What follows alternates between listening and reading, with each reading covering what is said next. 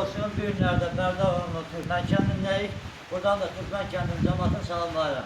Türkmen kendinde 5 tot torpağın içerisinde belə bir evlilik satışa çıxdı. Evimizin arasını sizlere təqdim edeyim.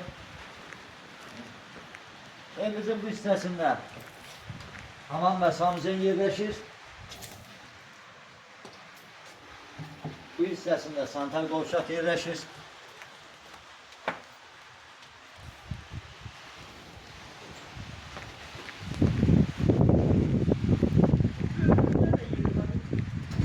Evimiz yerləşir altı daş köşüdə.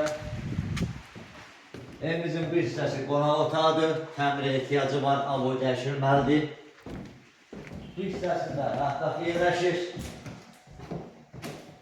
Xuna mebelindən təsis olunur. Bu hissəsində də bir yataq otağı yerləşir. Sadəcə olaraq avoylar dəyişilməlidir.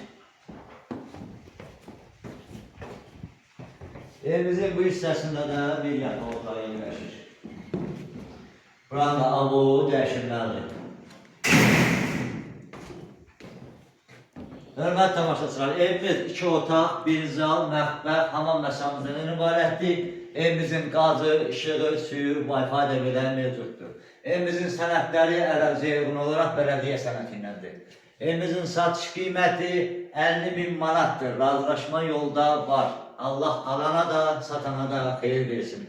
Sizlərlə mən idim, Baba Makri. Sağ olun, gələn görüşlərə dek.